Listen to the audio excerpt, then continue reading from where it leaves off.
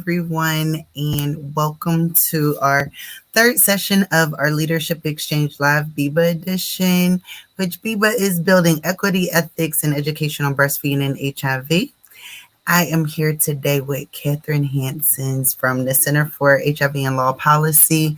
So excited. I've been wanting to sit down and talk to you forever, so I'm glad that it's coming in the form of a leadership exchange. It's an honor to be here and always lovely to see you, my friend.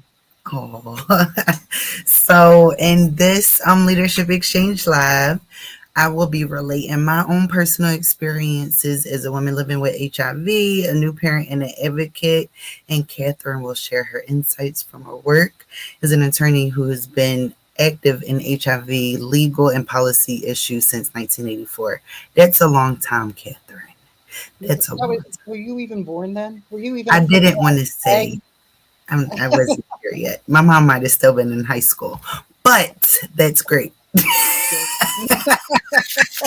So that leads right into the first. How did you get into this work? Like, can you give us a bird's eye view glimpse of your career? My goodness. Well, I was in law school, and when the CDC announced through when it was first announced of this set of cases of gay men showing up with PCP. And I remember sitting around in the law school lobby with my friends, Shivad, who died last month. Huge loss to the community. I miss her, always will miss her, and Richard Burns and some other folks. And just wondering, thinking about what that implication was going to be for all the queer people that we knew. And when I went to law school and finished law school with the interest in working with incarcerated people. And that was where I think with HIV, the rubber was really hitting the road. And this was in the... I did my first case, I think, in 84, 85. And it was really about guards. Some guards did a search of cells. They were pricked by a needle, and they wanted to know anybody who knew anybody who had was connected to the person with the needle and had them involuntarily tested. And we were able to stop that from happening. And then I did some class actions around, most of my work wound up being around healthcare, particularly women's reproductive health, and then HIV, because I think when I was touring, I was working with an agency that sued jails and prisons.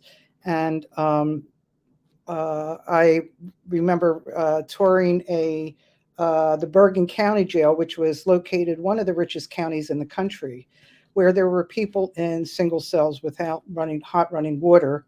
And I was going towards an area, and the guard stopped me and said, "You can't go back there."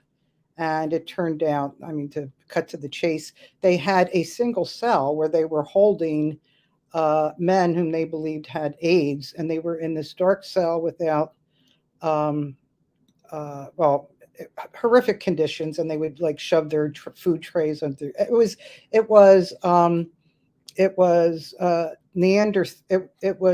like from the Stone Age. And that was the way a lot of prisons and jails were operating. In fact, I worked at a legal agency, and I learned that there were actually discussions about whether people should use pens that I had used, because I was visiting prisoners with HIV. So that's how broad the ignorance was. And I think for me, HIV has always kind of represented the perfect storm of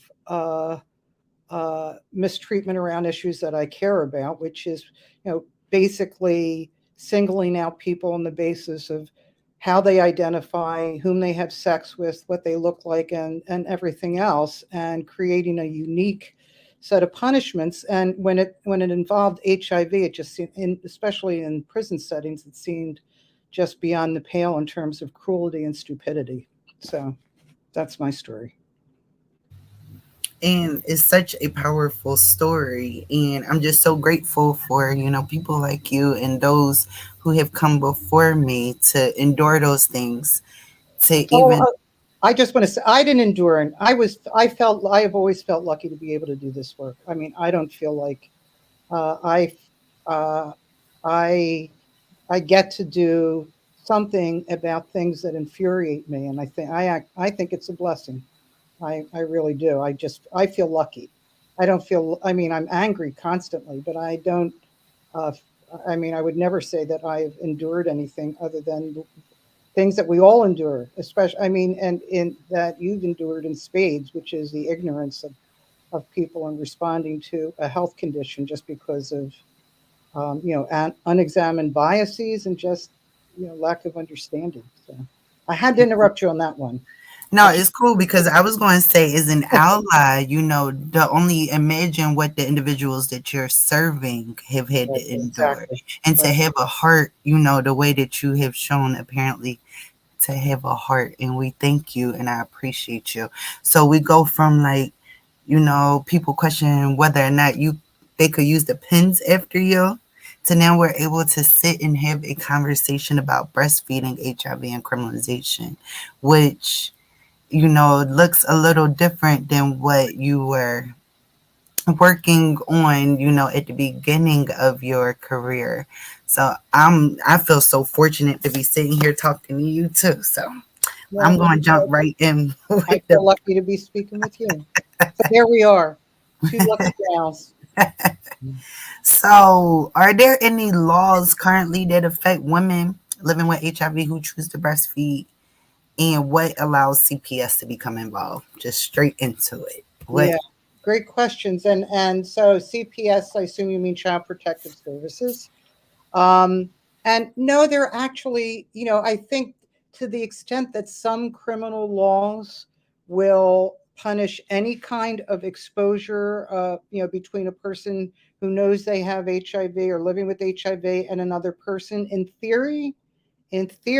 some states, um, that could possibly affect that. I mean, I think in my experience, women, and it's to state possibly the obvious, poor women have found themselves confronting child protective services or even the police when a care provider makes some assumptions about what they aren't doing or what they will or won't do. I mean, there was a notorious case in New England maybe 6 years ago when CHLP filed an amicus brief where a woman who was an undocumented immigrant had been arrested and was in federal prison for falsifying some immigration papers. So that's why she was in prison. Um, and when the judge discovered that she was pregnant, the judge extended her hold in corrections until she gave birth for the protection of the fetus. I mean, now this was somebody who was in care, but regardless of whether she was in care or not, the fact that that federal judge assumed that incarcerating this woman was the best thing to do for her fetus says a whole lot about race and ignorance. I mean, it's related to how men in authority think about women generally, and then how they think about Black women in particular, and then they combine that with their sometimes seemingly invincible ignorance around HIV. Now that case ended well because. Between the briefs that were filed and the arguments that the lawyer was made, the judge actually acknowledged that he had not been fully informed, and the woman was released. But it doesn't necessarily always work out that way, and we wouldn't necessarily hear about it. So I guess so. There are no specific laws that say this, but there are. I think there is a um, problematic assumption that's all based on all of these things we were just talking about that makes some care providers and social service people think that they need to do something to intervene on behalf of this fetus. And even when they, for even if they were right about some of their assumptions about what the mother what the parent was or wasn't doing in terms of treatment. It's just completely inappropriate.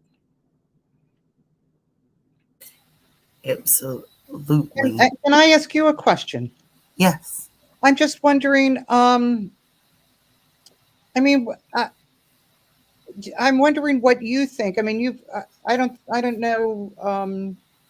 I think it would be helpful for folks to hear more about what you went through, because I also think, in my experience, that some of the ways that women in the position of being challenged on their decisions around pregnancy and breastfeeding, what they've done to resolve that issue without having to deal with laws and lawyers, I think that would be, I think lawyers would benefit from hearing more about that. And and then, like, what types of legal resources might be useful for somebody, do you think, for a woman in that position who may not have a lawyer, may not think she has immediate access to a lawyer? What would be useful from the legal profession, do you think? Oh, goodness. So I want to first. Back in there.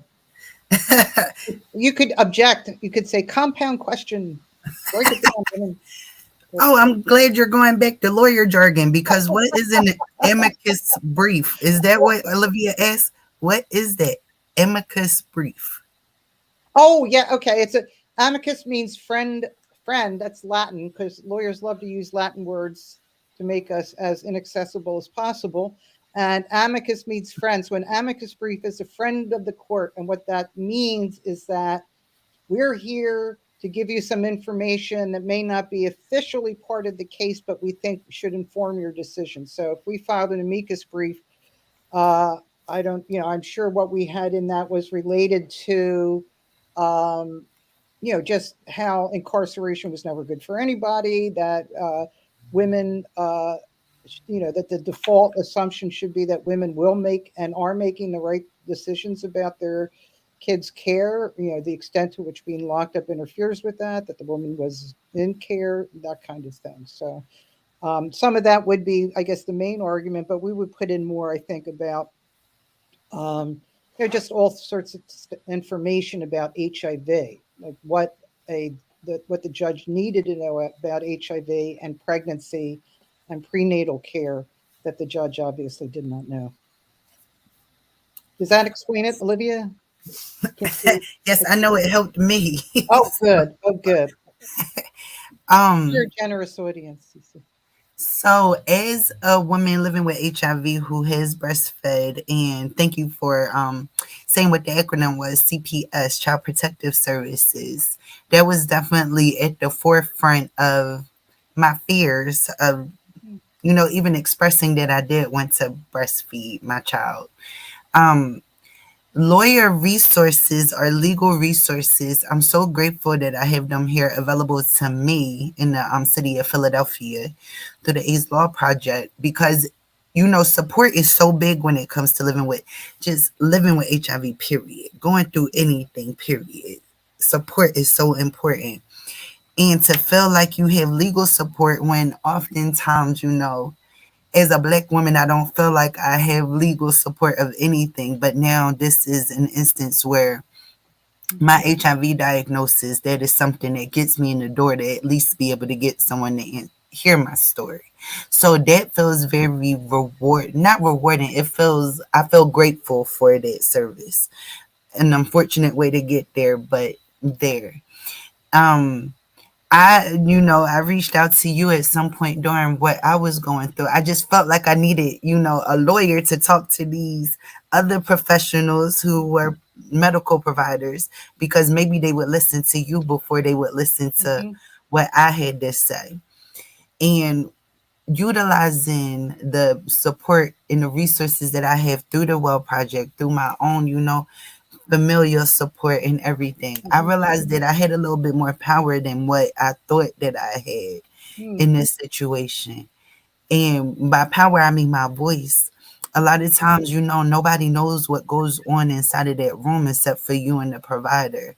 The people who handle the grievances, the medical directors, they might not even know that these conversations are being had inside of the room. So for me, it has proven to be extremely helpful to let everybody else know, to kind of, blow that whistle, let them know this is what I'm not comfortable with. And hey, I do have some support behind me. Hmm. Hey, I have not only, some providers, I have some attorneys. If y'all not willing to you respect my rights as a woman in this country, like there are people that I can go to.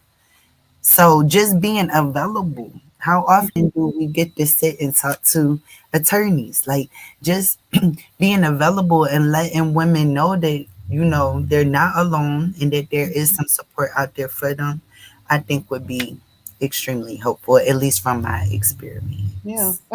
So I mean, you don't. So I mean, your experience is classic. You don't need a. It's good to have a lawyer in the back pocket. So you can say, I could call my lawyer. And a lot of times that does provide a little extra encouragement to do the right thing. Um, and, I think we're trying to create, increase our network of attorneys around the country that are available, even just you know, to talk to someone for a short period of time or be available for backup. Whether it's even a letter from a lawyer sometimes can be very helpful. So the goal is to get it done without having to do any kind of litigation at all. I sometimes just the threat of that can help. Yeah, I know you wrote a blog some time back, and I remember at the time that it felt really daring because the concern was, oh my God, if I talk about going through this in breastfeeding, what might the consequences be? Right. And I think it was really brave to write about your experience. And I was wondering if you ever had any kind of like what kind of feedback? Did you ever get any negative feedback or did anybody ever challenge your decision about that? Well, see, I think I'm kind of getting a name to be a troublemaker, but I'm told that it's Yes. like a good troublemaker. Making good trouble, John Lewis. Exactly right. Exactly right. um, because yes, I'm very vocal, but is the support like the just it make you feel like you know some substance or something. Like if I was among my friends, I would say something else, but like to be able to Hey, say that, oh, just you and me, Cece. it Go ahead. makes you feel like you got money and you white to be able to say, oh, I have a lawyer. Like to be able to have that There, type of support makes me feel like, just a little umph. I might not even need to use the lawyer services, the legal services, but just so I can write this letter because y'all can't do nothing to me because I have not stepped outside of my rights. Like I'm working within my rights and y'all can't touch me. So just knowing that I had that behind me just makes it, you know, it makes me feel more comfortable to be able to do so because it is scary. People are in your business, and if it wasn't like, knowing how policy and everything works, if it's not HIV and breastfeeding that they're coming to me about, then they're going to find something else to come and mess with me at because of the breastfeeding and HIV. But just knowing that I had people, like I felt like I had a force shield around me of just support, and it was made up of so many different people. And you're definitely like one that's on speed now. yeah. Oh, thank you.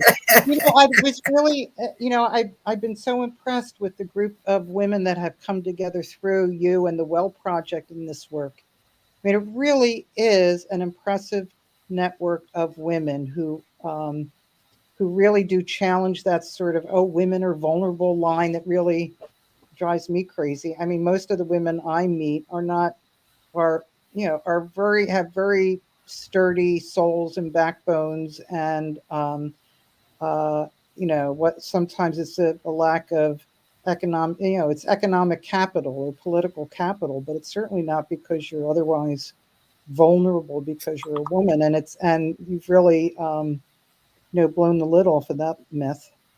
I mean, yeah, I'm wondering if you think, um, I mean, what should we be asking aid service organizations to do to make sure that women who are living with HIV, who choose to get pregnant and to breastfeed, know that someone has their back. Because I mean, there are very, there isn't even one, not every state even has a lawyer dedicated to do this kind of work. And CHLP, get the name of your organization right, is working on putting together, expanding that network of lawyers that we can call on. But there is a huge network of AIDS service organizations. So I'm wondering what you think we should be asking them to do to also uh, do something concrete to make sure that the women who work for them and the women who use their services know that they have their backs.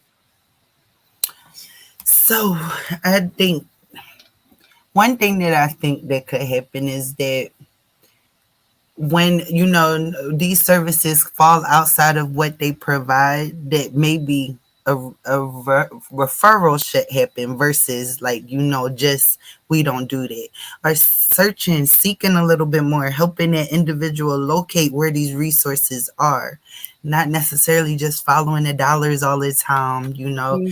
and staying within these black and white lines, because the resources are definitely out there. And just because you don't provide them yourself doesn't mean that because that person is a client, a patient of yours, that they should not have access to what is available. Yeah. um, so that would be where I would start.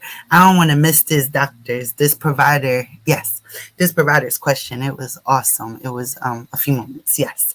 So she's a physician providing care for women living with HIV who desire to breastfeed. And I was wondering if you have been involved in setting up legal structures in the hospitals for a breastfeeding program. Oh, that's a great question, and I think have I set up legal structures? No, I think more frequently I've been in the position of informing providers that interfering with that choice is risk violating various laws and explain that to them. But I think unfortunately my involvement has happened almost always after someone has alerted Child Protective Services. I mean, there was a case that I think where the Well Project and CHLP and some folks came together on this issue a few years ago when at a healthcare facility in the Bronx that was a recognized HIV care provider wound up through a belief on the part of a social service provider and a physician that a woman was breastfeeding that contacted Child Protective Services, and it was, I mean, it's heartbreaking what happens then. I mean, I think one thing that providers really need to know is that when when Child Protective Services is contacted about a parent, that's pretty much like that's like the permanent, some kind of a permanent brand, because once you're in that system, that you're never flushed out of it.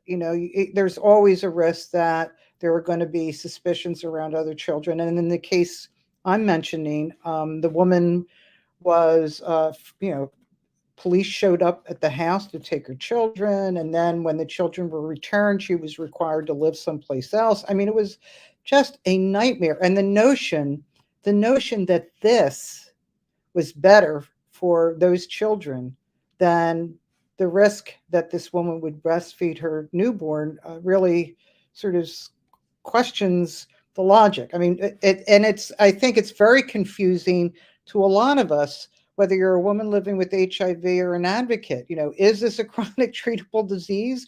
Or is it the worst thing that can happen to a person that's even worth separating a mother from her child? I mean, even without factoring in the infinitesimally small risk and all sorts of other risks that are never monitored or policed in this way. Like, how could you possibly think that that was anything but the absolute last resort? If you're concerned, is something I don't understand. So I think one thing that would be helpful to Lisa Marie is maybe inviting in people who represent folks in child protective services and let them hear about what happens to parents and children in those systems and how they get eaten up. How many children, the percentage of children that get abused in foster care, it's extremely high.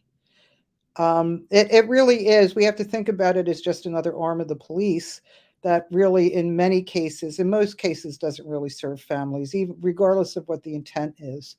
So I think it's, I guess I know this is a very long answer to a relatively short question, but I think what makes sense is to have a written policy and to get local counsel, not the kind of folks that do risk management um, at universities, but certainly either somebody like from CHLP or a local aid service organization to help with issues around um, women's autonomy, and to also make it clear that the CDC, nobody is saying, even at the federal level, that women do not have the right to choose to breastfeed their children. I mean, there isn't anything that actually says that. I don't know if that's helpful. Oh, this is all helpful. Like we Yeah. have so many great comments and feedback. So Lisa Marie also alluded to, the provider side, and I understand that as well. The fear of if a child were to come back, HIV positive now, that there would be some type of repercussions for them. Is there like what type of like legal ramifications does that bring? Well, I didn't. Let's see, a waiver. Oh, for the parents to sign. I mean, who? So I guess that's always. I'm always curious as to where they think the lawsuit is going to come from or what the liability. I'm going to read Lisa. I'll read it. One of the primary concerns of other physicians who are not as familiar with the guidance and literature on this topic has been the medical legal aspect. Providers are worried if a baby would become HIV positive in the context of breastfeeding that they would face legal consequences. Yeah, and I'm wondering from whom. I guess that's Lisa. Maybe you could tell me. I, um, I mean, it's interesting. I was aware of a case. In fact, this was a case that I was engaged in where there had been no perinatal transmission for years, and a a newborn of a woman living with HIV seroconverted, and all hell broke loose on the woman because the attending nurse's assumption was that this woman did not follow her treatment regimen or did something like that. What happens in those cases is that and I don't, I'm talking about a slice, but we're also talking about, I don't know, the last statistic, you probably know better than ICC, but it was something like 35 or 39 total cases of perinatal transmission in the country in the most recent report, 2019. I mean, that's really small, and we know that nothing is 100%. I mean, I don't know what that statistic, if you compare that with how many births there have been, and then you look to see whether those even involve breastfeeding or I mean, I don't know what data is being collected around that has looked at those transmissions, but frequent in my in my experience of just a slice of cases, the assumption is, and it's communicated, that the woman screwed up, which is a horrible thing to do to somebody who's just given birth. But I don't think it's, there are, I think in every other area of care, providers know that there is no guarantee that nothing is ever going to go wrong, right? And that's that, even if somebody is taking their meds and even if somebody doesn't breastfeed, there's no guarantees around a range of things. And so I don't, the only person, I mean, in theory, the only legal consequence would be from the parent, from a parent. And the only valid legal challenge, I would think, is that they had no information whatsoever about the risks and benefits of breastfeeding or not breastfeeding while living with HIV.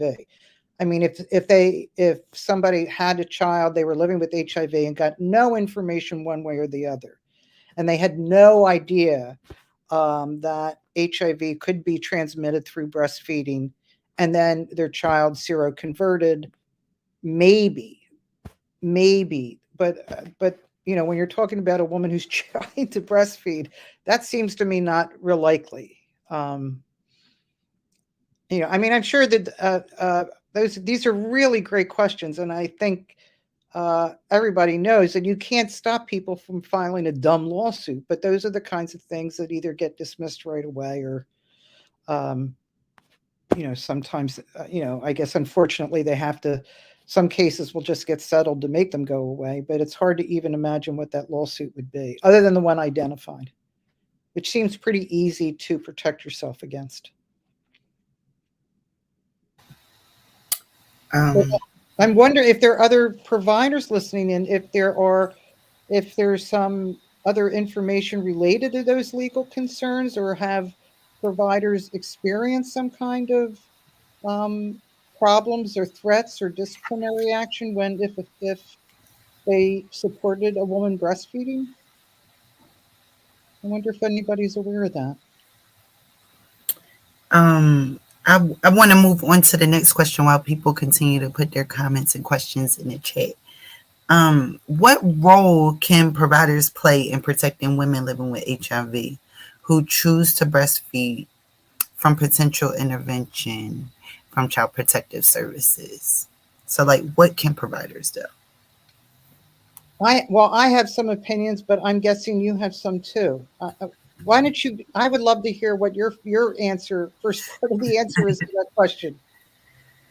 So, my first one would You be know, you know. I'm sure you know from your perspective what was helpful and what wouldn't have been helpful, right? the number one thing would be like to not call Child Protective Services. Like that is number one.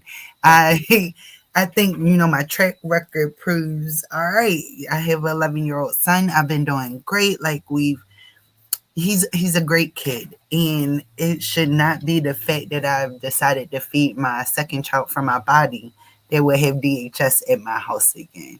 So I definitely think that they should just not call CPS based off of the fact that a person has decided to feed from their body while living with HIV.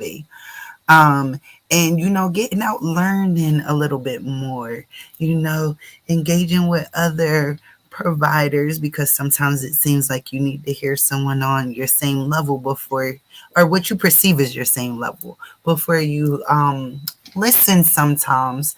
But there are people. We just did a perinatal roundtable with the Mhm. University of California, San Francisco, and we've implemented this BEEEBAH programming.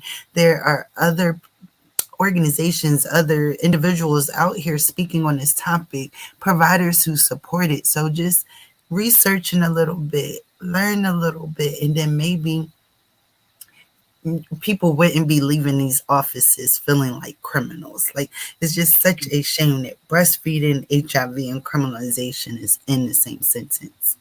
All of those things can be extremely traumatic by themselves. Like I can attest that breastfeeding was so hard. Like that was so hard. Not as easy as what I thought it was going to be. It wasn't always as gratifying as I thought it was going to be either. But now, compounding all of these things so much so that we can just make a title out of it, it's so hard. And I think that if, providers sometimes would just humanize themselves sometimes, because we are all people. Like providers have providers. So, I want to come into your office and feel like you would probably want to feel when you walk into your provider's office as well. I think people should keep that in mind. Yeah. Now, what's your suggestion? Well, I love that because I think I mean, it's about education and listening, and I mean, I would encourage providers to connect with that incredible network of other providers that you pulled together with UCSF, right? Wasn't it I'm sorry. the roundtable with providers was an incredible collection of Oh, providers, that and was phenomenal. it really I was just amazed at how many. care providers were on that. So I think that sort of working with that network of and giving providers a supportive network to talk to each other would be one place. I think I think it always surprises me the extent to which established, respected medical institutions do not have clear, specific written policies on things like this. And that would be the first thing is uh, to get something like that rolling, and in advance of that, bring in an infectious disease expert uh, who can talk about the actual statistical roots, risks, and realities of HIV transmission, and what we're talking about in terms of actual risks, what the background on the national guidelines on treatment of women living with HIV and perinatal care are. And so I would start there.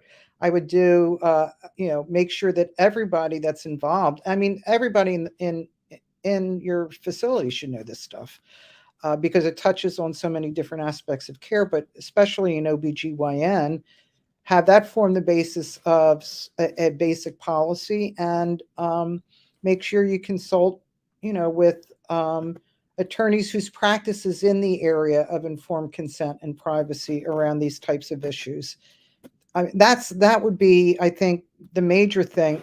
I mean, it's you said something that just so struck me. I mean, it's not like being pregnant is necessarily like, you know, it's a little it's a little challenging under the best of circumstances, and to deal with something that should be is challenging but a huge source of joy for many people, to have that burden by this concern that there could be some kind of punishment or you could become a pariah is just seems so cruel.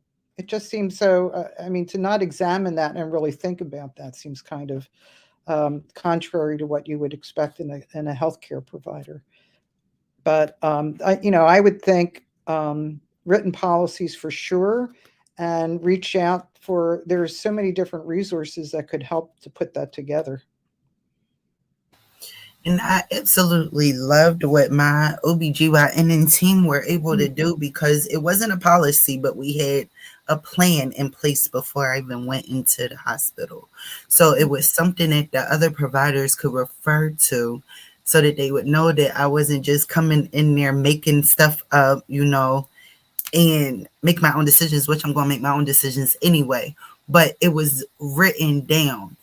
But still, unfortunately, I had to spend at least an hour after I had given birth to the child, so an hour postpartum, still in the hospital, Mm, mm, explaining to the doctors that I know that this is not recommended, but I'm going to. And as you see, and I had to, give them all the resources that we've been working on here at the Well Project and everything.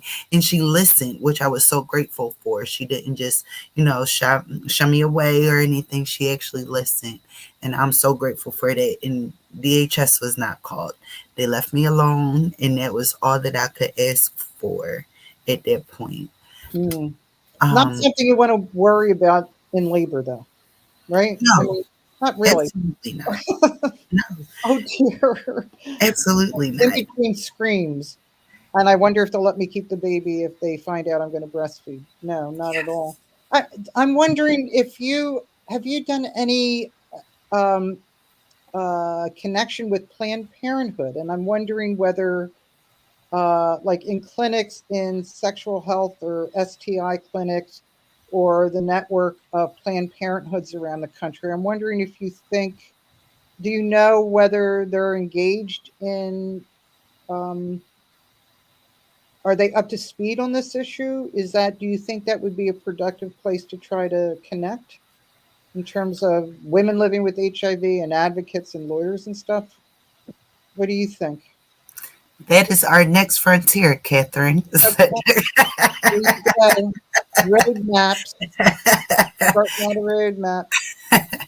But yeah, I do think that it is a great place because then, I mean, we have offices like the WIC office where they heavily push There you go. breast is best, you know. But when you're living with HIV, those messages can become extremely mixed and confusing and scary. So, thank you so much for thinking this out all the way with us, because we're definitely on it and we're so grateful to have your support in all of this. Do you have a question for me, or I'm gonna go to my next? Um, oh, I'm reading your a little note here. Oh, There would you? was inviting people to join our infant feeding listserv. So that is what just flashed across the screen. We definitely invite anyone who is interested to learn more and to stay in the know to join that listserv. And it's there in the comment section. If you need the email address again, which is oford@thewellproject.org. Um, so clearly there needs to be some policy change. Like you just touched on that clearly. And it needs to be addressed more specifically. What do you think that policy change should look like? Like if it were you, what should it look like? Okay. Well, if I was in charge, um, and you were co in charge, I think. Well, things have to be written down. I'm a firm believer in written policies, and so actually I would support more of what the Well Project has taken the lead on, which is really and a lot of the folks that are engaged in your networks to press for, to make it for clarification in the national guidelines that um, really to talk about the risk of transmission, and and women's rights ultimately, and parents' rights to make decisions about the best course of action for their fetuses, their newborns, and so on. I mean, that's an issue, I think, for pregnant people living with HIV at every stage of the decision to get pregnant. I mean, I've seen it. I'm sure you guys have seen it as well. Which, does your partner know? Does the assumption that maybe you're pregnant and that person didn't know, or all sorts of questions that are that really need to be examined before asked. Like, would you ask this? Would you ask these kinds of questions who's from someone who is presenting that is not living with HIV and maybe living with a variety of, there are all sorts of health conditions that people have. Um, uh, Certainly HIV isn't the only challenging health condition that people have to live with. And while considering how moving on with their lives and having families and stuff like that. So I think there needs to be clarification that, and at one version of the guidelines for perinatal care for people living with HIV made it clear. There was actually a line in there that said that ultimately the choice of what course of treatment to follow is rest with the individual, doesn't rest with the healthcare provider or national agency. So um, though that should be it. And I do think that I mean, I know you were saying, CC, that we've come a long way, and we're talking about, chest feeding and breastfeeding and HIV, but I'm having been at this for some decades. I find it really frustrating that we're having this conversation in a way, because some of these cases go back. I haven't been representing people, directly in court for a while, and these are some of the same issues we were facing back in the 80s and the 90s and the 2000s. And I really do think, as a community, we really need to call on AIDS service and advocacy organizations, and really start to question why are these issues that seem to affect primarily women always the ones that are a niche issue. Where one of the things that I was struck about on the webinar for providers that we were talking about earlier, Cece, is that it was almost entirely women. So why is this issue of interest primarily to women. Where are the men? Where are the other leaders of service organizations on issues like that? So that's my long-winded way of saying that I would love to see uh, all AIDS service and advocacy organizations take an active role on this and follow the lead of the Well Project and have statements on their websites and um, really push for clarification of guidelines. It would certainly speed up the process, I would think. As you were talking, I was thinking of what would you have to say to an individual who says that making a call to CPS, Child Protective Services, is not a form of criminalization? I what my answer would be: talk to somebody who has been had CPS called on them, and then get back to me.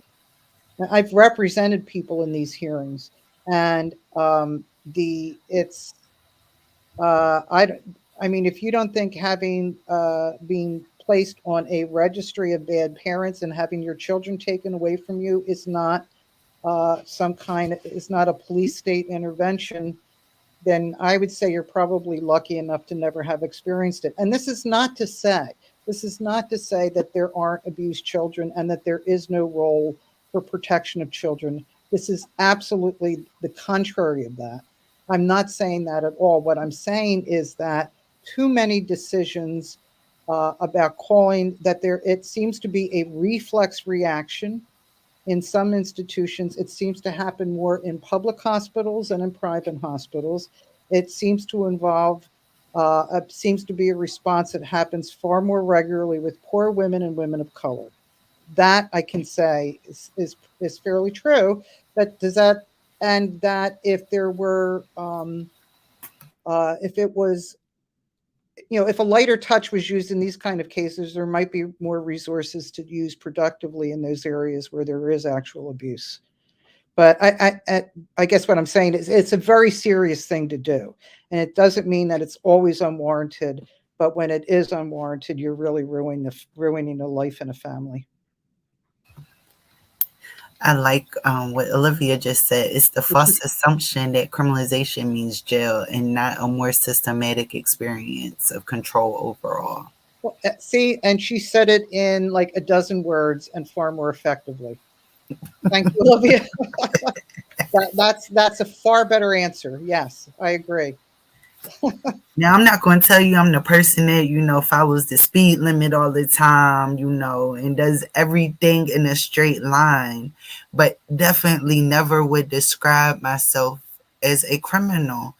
And HIV has done it to me. HIV from the beginning, to be diagnosed, and they say if you don't disclose to the person that you're going to have sex with, then it could possibly be a felony. And I know people with felonies. Like your life is really altered after you receive a felony. And to think it's because I contracted HIV 14 years ago that would now put me in that category. And even furthermore, now becoming a parent, I love my kids. I love Yeah. them. Like, and because of how I choose to feed them would be the thing to get them folks in my business.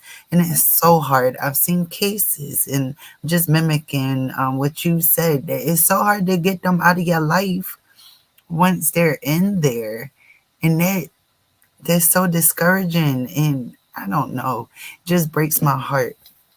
Yeah, It and I breaks. think, just from I think, the police are summoned.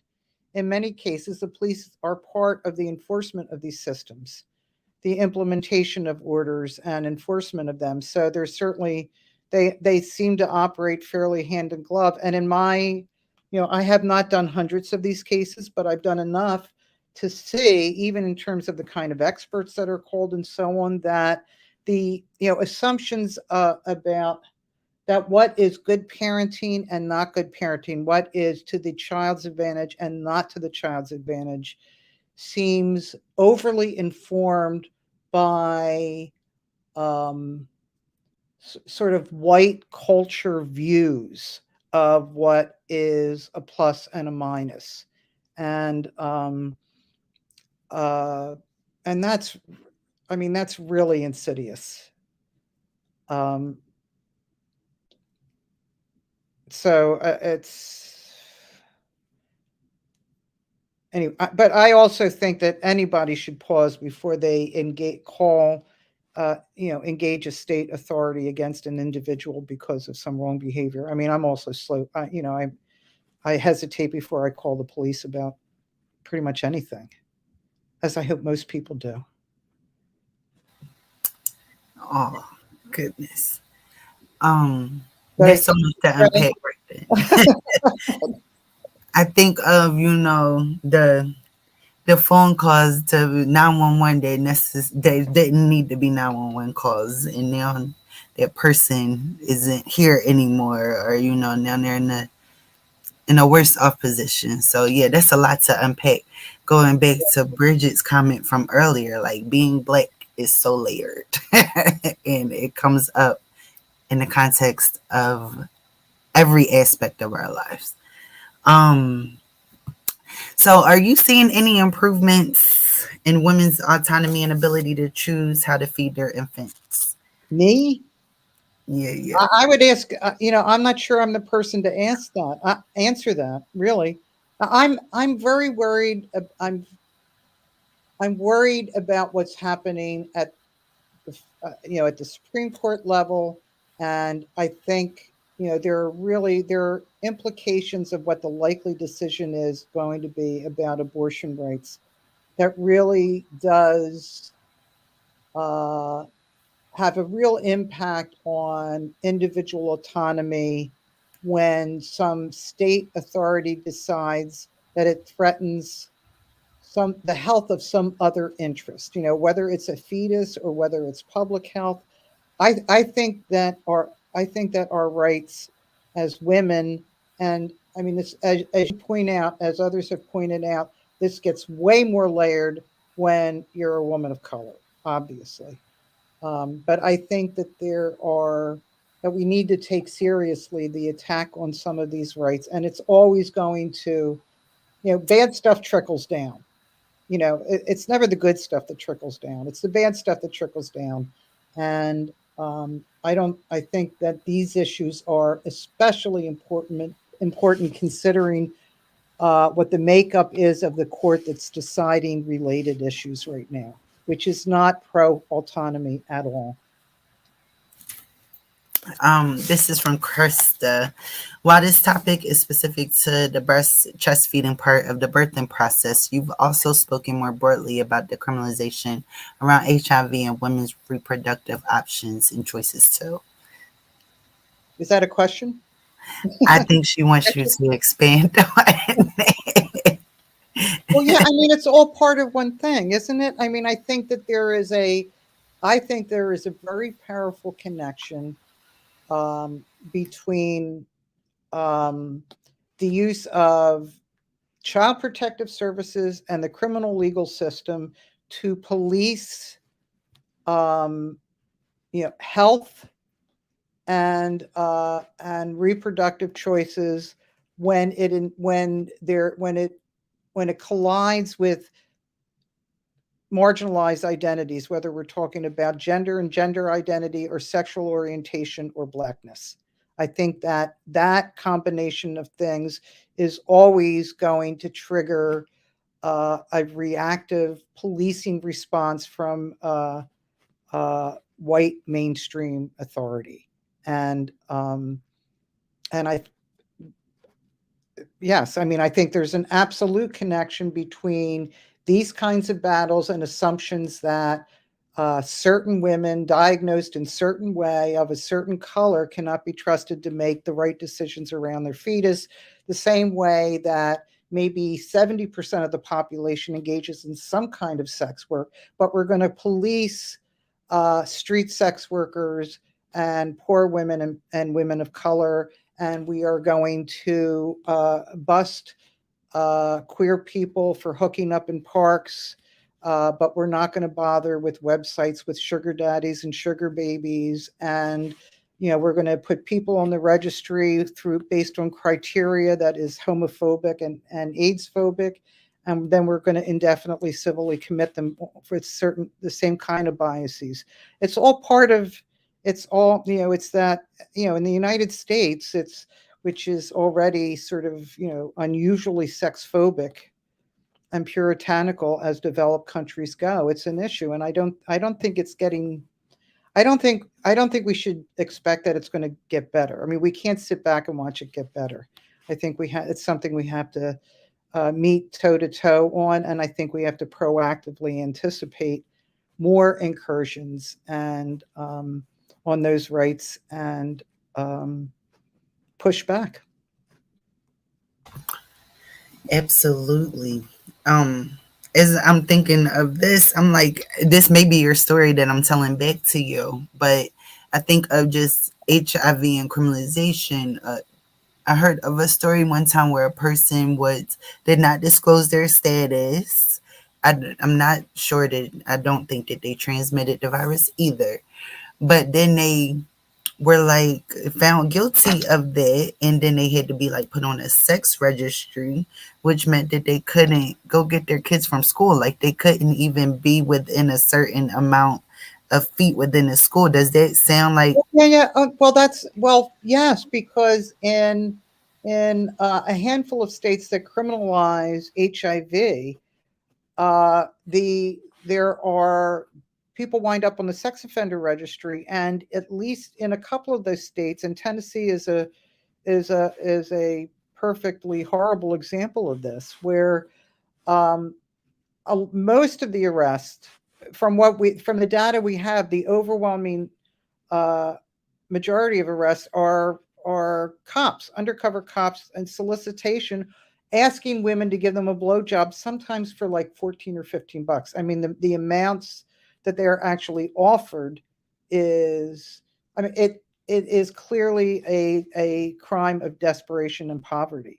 And then the individual will say yes, and then they're arrested and they become a felon and they go on the sex offender registry. So yes, someone who is a member of the Tennessee Coalition, exactly that person was a woman who had done sex work and was on the registry and had not even had sex. I mean, we know of a case in Ohio where a woman, and these are just examples. There are hundreds of them, hundreds of women that have been infected who, with developmental disability, headed home, is called over by an undercover cop in a car, asked, invited into the car, asked the woman for a blowjob, and I believe she even pulled out a condom and was told no, and no sex happened, and she was arrested, and she also faces, uh, placement on the sex offender registry. And I think one of the problematic things is that in some of these cases, because HIV is involved, and because they usually are represented by someone with a huge caseload, and because of the fears of what would happen, they're often urged to take a plea, and it may be a plea that avoids the registry and avoids that particular conviction. But when you're facing a felony and a sex offense, the likelihood that you will take a plea to something else is really high, because if you lose, the consequences are lifelong devastation. So it's it's no small thing. And yes, I mean, if you're on the registry, that means your kids can't have kids over after school. You can't have strangers in your house. You can't go to family picnics and be around other kids. You can't go to a parent teacher conference. And I mean, sex workers are like anybody else. Some have kids, some don't have kids. They have families. They're just trying to survive. So yeah, there's a lot of work to do, but there's some great people like you who are in the fight. So I'm always optimistic. Oh man, this has been such a Did I great. depress you? No, I'm not depressed. I think I'm feeling a little bit of like frustration and anger and Good. disbelief. Handle Like, it. yeah, Yeah. like that's foul. But I know that I have learned so much, and I know that the questions were so great. Yeah. We're coming up to the end of our time, so I want to ask you, what do you think the future holds for HIV, breastfeed, and criminalization? And we'll close out with there. Are you kidding me? Yes. I'm more interested. I bet you everybody on this call is more interested in what you have to say about that. I am. I think I mean I'll tell you quickly. I think we're gonna. I think we will take care of this. I think we have stuff to do, but I think we have the beginnings of a game plan. I think we know what we need to do, and I think your advocacy, Cece, and the women that I've met through you and the Well Project. I'm confident that with them and women like Judy Levinson and other folks that have been engaged in this work that we will get what we need, and then it'll be something else. But that's life in the USA. That's what I think. Well, well, this has been great. What do I think the future holds for HIV breastfeeding and criminalization? As long as we continue, work together, continue to involve all the players, all the parts of this, I think that it can be extremely successful for those who have support. And I hope it grows to be this snowball effect where more and more people are feeling that support and are able to live their lives the way that they want to. Yep. We have to Yep. think bigger and broader, right? Yes, yes, yes. Oh, this has been wonderful. I can't believe the Yeah. hour is over already. But thank you all for joining us. We thank you so much for attending this, our Mhm. third live episode of Leadership Exchange Live BEEEBAH edition. And we hope to see you all the next time. Thank you. Thanks, Thank you. CC. It's always a pleasure to see you and talk with you. You too. All right. Bye, y'all. Bye.